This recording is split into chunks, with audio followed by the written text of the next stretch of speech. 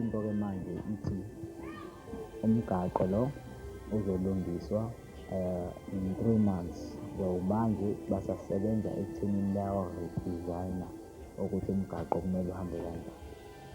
Secondly, into eyenze ukuthi umgaqo uqhume nani amanzi maningi kule mvula edlulile nama-truck nezinto zawo, then kwaba nomthombo ongaphansi lo ohamba ngaphansi lapha, uwona wenza ukuthi umgaqo uqhume.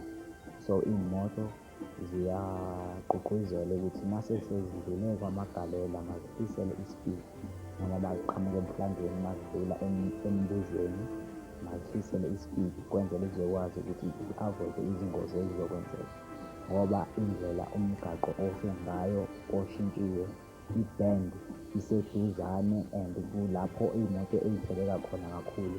So i-bend iseduzane from kamagalela ukuthi mazidlula akubonakali umgaqo la nje la uvaliwe, akubonakali ukuthi umgaqo uvaliwe imoto masaqhamuka kude, kubonakala seziseduze. So zigunyaza ukuthi mazihlisele izinga le-speed ngoba zizoshayisana zizodwa.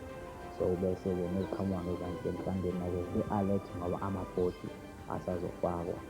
So lokhu-ke umgaqo owenziwe ngezandla wenzele izimoto ezincane. So ama-truck nalawa nama-heavy loads, ama-truck avumeleke ukuthi wona aphume eplangweni from Mzimkhulu athathe i-first branch mawudlule eKopi eplangweni asebenzise u-N2 oya eKokstad. Neziqhamuka eKokstad nazo mazisebenzise u-N2 ziyojoyina kulo mgaqo oya kaLoli from eHadini zikwazi ukuthi ziyophumela eMzimkhulu. Lezi zinama-heavy loads ama-truck zingahambi ngapha ngezansi. Usho njalo kumbiko bakwethu Wasemzimkhulu ukuthi o-driver acela baqaphele babheke laphana emhlangeni bakwethu mawugudla ushona komagalela bakwethu sebeshilo bathi cela ukuthi abantu baqaphele amabhodi asazofakwa, abantu cela ukuthi basebenzise le migaqo eshiwo baphinde futhi balalele njengoba umfowethu ekhulumile ukuthi bayacelwa bakwethu babekezele konke lokho kuzolunga. Kodwa le yizona izimvula lezi, kanti kodwa beni lethu namhlanje indaba besiziphethe bakwethu zisaphelile. Sicela ukuthi nisibambe evidweni elandelayo ngokuzayo. SP Media TV 1.